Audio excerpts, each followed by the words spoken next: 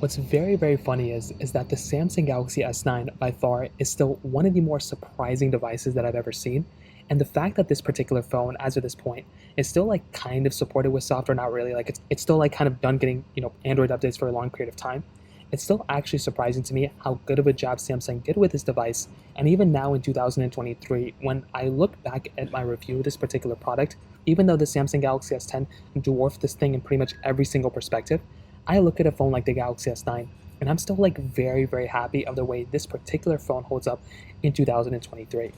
Now, the exterior was basically the same thing as the Samsung Galaxy S8, and we all kind of know that. That's kind of what happened when Samsung kind of upgraded from the S9 to or the S8 to the S9. I think the S9 Plus was kind of a bigger upgrade because you were getting like a dual camera setup, but this thing, very small update externally, which actually wasn't that big of a deal for me because at the time the Galaxy S8 was so far ahead of the time that the Galaxy S9 was definitely, I was very happy when the phone still kind of looked the same because I knew the S10 was going to be a pretty decent upgrade at the time. Was that this particular phone, from a software perspective, got a very major update coming from One UI 1.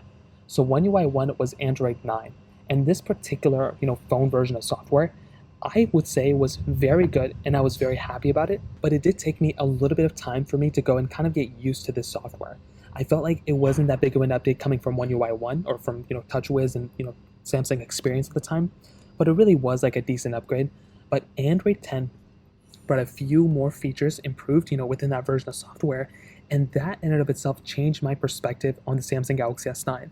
And when I looked at a device like the S9 coming from the S8, from a hardware perspective it was the same, but just that one extra version of Android really did change my perspective of the Samsung Galaxy S8 during that moment.